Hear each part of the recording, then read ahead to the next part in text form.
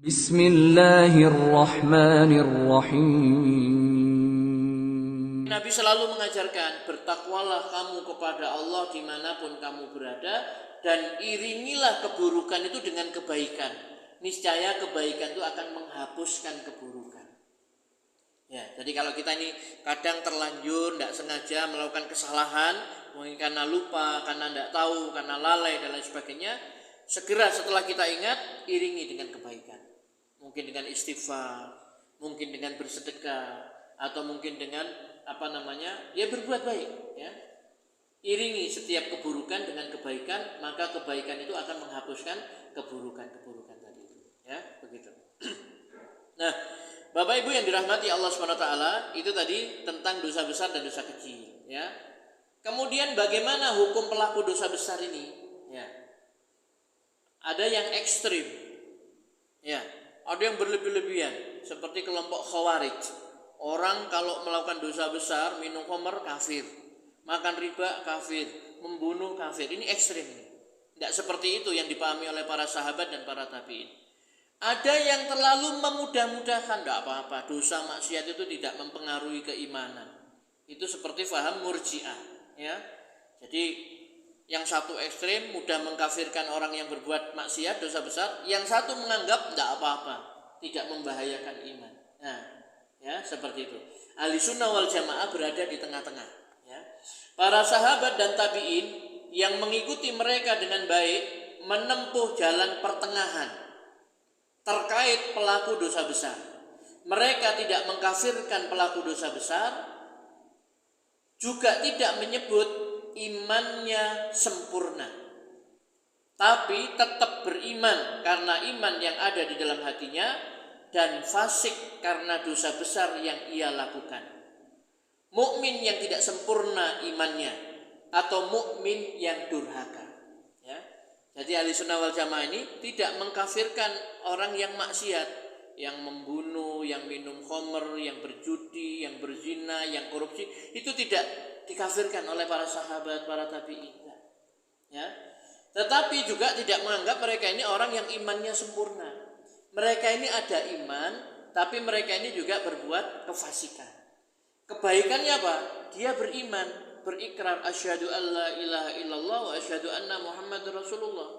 Mungkin dia masih sholat, walaupun dia punya dosa, berbohong, mungkin dia itu minum khamr dan lain sebagainya. Jadi mereka tidak dikafirkan karena ada iman di dalam hatinya, tetapi tidak dikatakan dia ini orang yang imannya sempurna. Terus dihukumnya apa? Mereka adalah orang mukmin yang fasik. Orang beriman tetapi dia melakukan apa? Kefasikan. Ya, jadi orang beriman itu ada yang sempurna imannya. Yang paling bagus dia melaksanakan perintah Allah, menjauhi larangan Allah, mengerjakan sunnah-sunnah Rasulullah SAW, menjauhi apa-apa yang subhat, yang makruh dijauhi semuanya. Nah, yang tingkatan berikutnya dia mengerjakan yang wajib, meninggalkan yang haram, walaupun dia tidak mengerjakan yang sunnah. Ya, nah, seperti itu. Kemudian yang paling parah yaitu yang tingkat yang ketiga, ya, yaitu mereka meninggalkan sebagian perintah Allah dan melanggar sebagian larangan-larangan Allah Subhanahu wa taala. Jadi orang mukmin kalau dia mengerjakan dosa besar, dia tidak kafir, tapi tidak dikatakan orang mukmin yang sempurna imannya.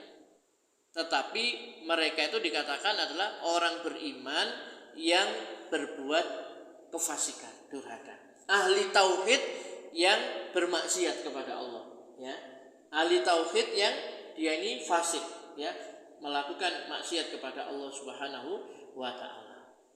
Terus bagaimana hukumannya? Ini hukuman di dunia, ya. Hukumnya seperti itu, tidak dikafirkan tapi juga tidak dikatakan punya iman sempurna. Di akhirat itu terserah Allah, ya.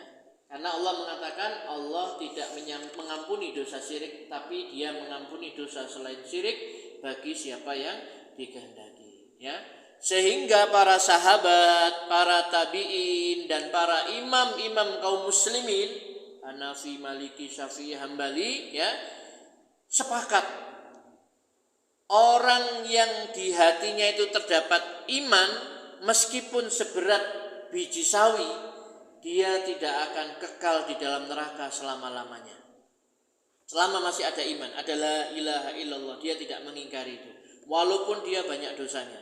Dia kalaupun masuk neraka, tidak kekal di neraka. Dia nanti akan dimasukkan ke dalam surga. Karena orang beriman itu tempatnya adalah di surga.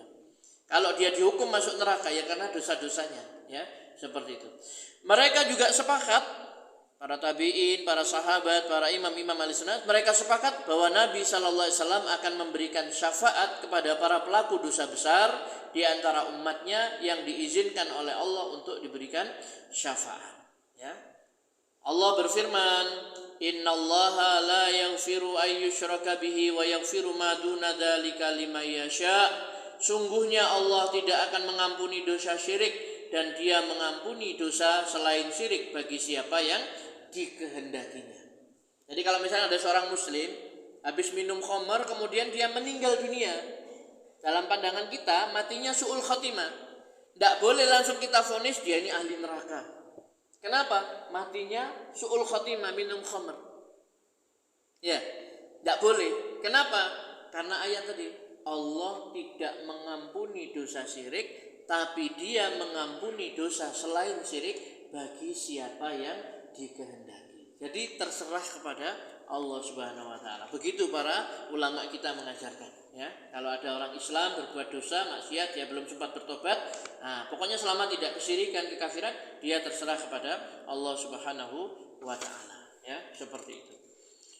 Bapak Ibu yang dirahmati Allah Subhanahu wa taala, ada satu hadis, ya, yang menjelaskan tentang bahwa dosa-dosa besar ini, ya, juga pelakunya selama dia masih beriman kepada Allah Subhanahu wa taala, dia akan dimasukkan ke dalam surga, ya. Hadisnya ini diriwayatkan oleh Bukhari, ya, dan Muslim, ya. Saya bacakan. Diriwayatkan dari Abu Dzar radhiyallahu anhu, dia berkata, Ataitun Nabiyya sallallahu alaihi wasallam wa alaihi saubun abyad wa huwa naimun, ya. Kata Abu Dzar, aku mendatangi Nabi sallallahu alaihi wasallam, beliau mengenakan pakaian putih dan beliau tengah terlelap tidur. Summa ataituhu wa qad istayqadha, ya. Setelah itu aku datangi beliau lagi dan beliau sudah bangun, ya. Faqala, beliau bersabda, ma min abdin qala la ilaha illallah thumma mata ala dzalik illa dakhalal jannah. Tidaklah seorang hamba mengucapkan la ilaha illallah kemudian dia meninggal dunia di atas hal itu, melainkan dia akan masuk surga. Fakultu, maka aku bertanya, Abu Dzar bertanya kepada Rasulullah SAW, wa in zana wa in sarok, meskipun dia berzina dan mencuri. Qala, Rasulullah menjawab, wa in zana wa in sarok, meskipun dia pernah berzina dan mencuri. Qultu, aku bertanya lagi, wa in zana wa in sarok, meskipun berzina dan jadi Abu Dzar ini kayak tidak percaya gitu loh, ya. Kayak keberatan gitu loh, ya. Rasulullah mengatakan meskipun dia pernah berzina dan mencuri. Kemudian bertanya 3 kali, wa in zana wa in sarok, wa in zana wa in sarok, meskipun dia berzina dan mencuri. Kemudian Rasulullah SAW mengatakan ya, wa in zana wa in sarok ala raghmi anfi Abi Dzarrin, ya, meskipun dia telah berzina dan mencuri, meskipun Abu Dzar rugi sekalipun, ya. Hadis riwayat Bukhari dan Muslim, ya. Bukhari Muslim berarti muttafaq alaih, ya, sahih ini, ya.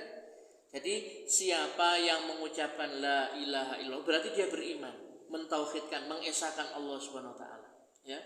Nah, dia akan masuk surga. Kan banyak ya hadis-hadis tentang itu, ya.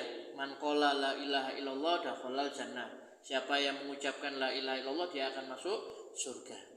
Man mata wa huwa ya'lamu annahu la ilaha illallah dakhalal jannah. Siapa yang mati sedangkan dia mengetahui tidak ada Tuhan selain Allah, maka dia masuk surga. Man akhiru kalamihi la ilaha illallah dakhalal jannah. Siapa yang akhir ucapannya la ilaha illallah, dia akan masuk surga. Termasuk di sini Rasulullah SAW mengatakan, tidak seorang pun yang meninggal dunia dia mengucapkan la ilaha illallah, maka dia akan masuk surga. Abu Dzar masih ragu, sangsi, walaupun dia berzina dan mencuri, walaupun dia berzina dan mencuri. Tapi ini bukan alasan untuk boleh berzina ya Pak ya, nanti salah paham nanti ya. Maksudnya orang yang melakukan dosa besar, mencuri, berzina dan dosa-dosa itu tidak menyebabkan orang itu kafir gitu loh maksudnya. Paham Pak ya? Karena ada sebagian orang mengatakan berzina kafir, mencuri kafir, makan riba kafir. Ini bukan faham Ahlussunnah wal Jamaah. Ini khawarij yang seperti itu, mudah mengkafirkan orang. Ya, dia tetap masuk surga kata Rasulullah SAW. Ya, cuman kita tidak tahu dia ini masuk surganya kapan. Ya, karena masuk surga ada yang tanpa dihisab, tanpa diazab. Ada yang masuk surga itu dengan hisab yang ringan sekali, yang mudah. Ada yang dihisab dengan hisab yang sangat berat. Dia harus masuk dulu ke dalam neraka. Walaupun nanti pada akhirnya dia akan dikeluarkan, ya, dari neraka. Pokoknya orang yang ada iman di dalam hatinya, dia tidak akan kekal di dalam